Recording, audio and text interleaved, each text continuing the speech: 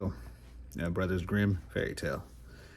Near a great forest dwelt a poor woodcutter with his wife and his two children. The boy was called Hansel and the girl Gretel. He had little to bite and to break, and when great scarcity fell on the land, he had no longer procure daily bread. Now, when he thought over this at night in his bed and tossed about it in his anxiety, he groaned and said to his wife, "What is it to become of us? How are we to feed our poor children when we no longer have anything even for ourselves?" "I'll tell you what, husband," answered the woman. "Early tomorrow morning we will take the children out into the forest where it is the thickest. There we will light a fire for them and give them each a piece of bread, and when we will go to our work, and leave them alone, they will not find the way home again, and we shall be rid of them." "No, wife," said the man, "I will not do that. How can I bear to leave my children alone in the forest? The animals would soon come and tear them to pieces." "Oh, you fool," said she, "then we must all die of hunger. You may as well plan the planks for our coffins." And she left him no peace until he consented. "But I feel sorry for the poor children, all the same," said the man. The two children had also not been able to sleep for hunger and had heard what their stepmother had said to their father. Gretel wept bitter tears and said to Hansel, "Now is all over for us." "Hush, Gretel," said Hansel. "Do not stress yourself. I will soon find a way to help us." And when the old folks had fallen asleep, he got up, put on his little coat, opened the door below, and crept outside. The moon shone brightly, and the white pebbles which lay in front of the house glittered like real silver pennies. Hansel stooped and put as many of them in his little pocket of his coat as he could possibly get in. Then he went back and said to Gretel, "Be comforted, dear little sister, and sleep in peace. God will not forsake us." And he lay down again in his bed. When the day dawned, but before the sun had risen, the woman came and awoke the two children, saying, "Get up, you sluggards. We are going into the forest to fetch wood." She gave each a little piece of bread and said, "There is something for you for dinner. But do not eat it up before then, for you will get nothing else." Gretel took the bread under her apron, as Hansel had the stones in his pocket. Then they all set out together on the way to the forest. When they had walked a short time, Hansel stood still and peeped back at the house, and did so again and again. His father said, "Hansel, what are you looking at there and staying behind for? Mind yourself and do not forget how to use your legs." "Ah, father," said Hansel, "I'm looking for my little white cat, which is sitting up on the roof and wants to say goodbye to me." The wife said, "Fool, that is not your little cat. That is the morning sun, which is shining on the chimneys." Hansel, however, had not been looking back at the cat, but had constantly been throwing one of the white pebble stones out of his pocket on the road. When they had reached the middle of the forest, the father said, "Now, children, pile up some wood, and I will light the fire, that you may not be cold." Hansel and Gretel gathered brushwood together, as high as a little hill. The brushwood was lighted, and when the flames were burning very high, the woman said, "Now, children, lie yourselves down by the fire and rest. We will go into the forest and cut some wood. When we have done, we will come back and fetch you away." Hansel and Gretel sat by the fire, and when noon came, each ate a little piece of bread. As they heard the strokes of the wood axe, they believed that their father was near. It was not, however, the axe. It was a branch which he had fastened to its withered tree, which the wind was blowing backwards and forwards. And as they had began sitting such a long time, their eyes shut with fatigue, and they fell fast asleep. When at last they awoke, it was already dark night. Gretel began to cry and said, "How are we going to get out of the forest now?" But Hansel comforted her and said, "You just wait a little until the moon has risen, and then we will find soon the way."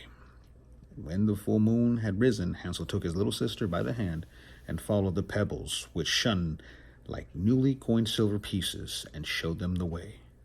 They walked the whole night long, and by break of day came once more to their father's house. They knocked at the door, and when the woman opened it and saw it was Hansel and Gretel, she said, "You naughty children, you have slept so long in the forest. We thought you were never coming back at all. The father, however, rejoiced, for it had cut him to the heart to leave them behind alone. Not long afterwards, there was once more great scarcity in all parts, and the children heard their mother saying at night to their father, "Everything is eaten again, and we have one loaf left, and after there is no more. The children must go. We will take them farther into the wood, so that they will not find their way out again. There is no other means of saving ourselves." The man's heart was heavy, and he thought, "It would be better for you to share the last mouthful with your children." The woman, however, would listen to nothing that he had to say, but scolded and reproached him. He who says A must say B. Likewise, and as he had yielded for the first time, he had to do a second time also. The children were, however, still awake and heard the conversation. When the old folks were asleep, Hansel again got up and wanted to go out and pick up pebbles as he had done before, but the woman had locked the door, and Hansel could not get out. Nevertheless, he comforted his little sister and said, "Do not cry, Gretel. Go to sleep quietly. The good God will help us." Early in the morning came the woman and took the children out of their beds. There, a bit of bread was given to them, but it was still smaller than the time before. On the way into the forest, Hansel crumbled in his pocket and often stood still and threw a morsel on the ground. "Hansel, why do you stop and look around?" said the father. "Go on, I am looking back at my little pigeon, which is sitting on the roof and wants to say goodbye to me," answered Hansel. "Simpleton," said the woman, "that is not your little pigeon, that is the morning sun that is shining on the chimney." Hansel, however, little by little threw all the crumbs on the path. The woman led the children still deeper into the forest, where they had never in their lives been before. Then a great fire was again made, and the mother said, "Just sit there, you children, and when you are tired, you may sleep a little. We are going into the forest to cut wood, and in the evening, when we are done, we will come and fetch you away." When it was noon, Gretel shared her piece of bread with Hansel, who had scattered his by the way. Then they fell asleep, and evening came and went, but no one came to the poor children. They did not awake until it was dark night, and Hansel comforted his little sister and said, "Just wait, Gretel, until the moon rises, and then we shall see the crumbs of bread which I have strewn about, and they will show us our way home again." When the moon came, they set out, but they found no crumbs, for the many thousands of birds which fly about in the woods and fields had picked them up. Hansel said to Gretel, "We shall soon find the way." But they did not find it. They walked the whole night and all the next day too, from morning till evening, but they did not get out of the forest, and they were very hungry, for they had nothing to eat but 2 or 3 berries which grew on the ground. And as they were so weary that their legs would carry them no longer, they lay down beneath a tree and fell asleep. It was now 3 mornings since they had left their father's house. They began to walk again, but they always got deeper into the forest, and if help did not come soon, they would die of hunger and weariness. When it was midday, they saw a beautiful snow-white bird sitting on a bough, which sang so delightfully that they stood still and listened to it. And when it had finished its song, it spread its wing and flew away before them, and they followed it until they reached a little house on the roof which it was alighted. And when they came quite to the little house, they saw it was built of bread and covered with cakes, but the windows were of clear sugar. "We will set to work on that," said Hansel, "and have a good meal. I will eat a bit of the roof, and you, Gretel, can eat some of the window. It will taste sweet." Hansel reached up above and broke off a little of the roof to try how it tasted, and Gretel leaned against the window and nibbled at the panes. Then a soft voice cried from the room, "Nibble, nibble, na. Who is nibbling at my little house?" The children answered, the wind, the heaven-born wind," and went on eating without disturbing themselves. Hansel, who thought the roof tasted very nice, tore down a great piece of it, and Gretel pushed out the whole of one round window pane, sat down and enjoyed herself with it. Suddenly the door opened, and a very, very old woman, who supported herself on crutches, came creeping out. Hansel and Gretel were so terribly frightened that they let fall when they had in their hands. The old woman, however, nodded her head and said, "Oh, you dear children, you you who has brought you here. Do come in and stay with me. No harm shall happen to you. She took them both by a hand and led them into their little house. Then good food was set before them, milk, pancakes with sugar, apples, and nuts. Afterwards, 2 pretty little beds were covered with clean white linen, and Hansel and Gretel lay down in them, and they were in heaven. The old woman had only pretended to be so kind. She was in reality a wicked witch who lay in wait for children, and had only built the little house of bread in order to entice them there. When a child fell into her powers, she killed it, cooked it, and ate it. And that was the feast of her with her. And that was feast day with her. Witches have red eyes and cannot see far, but they have keen scent like the beasts and are aware when human beings draw near.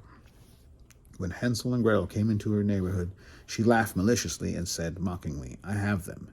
They shall not escape me again.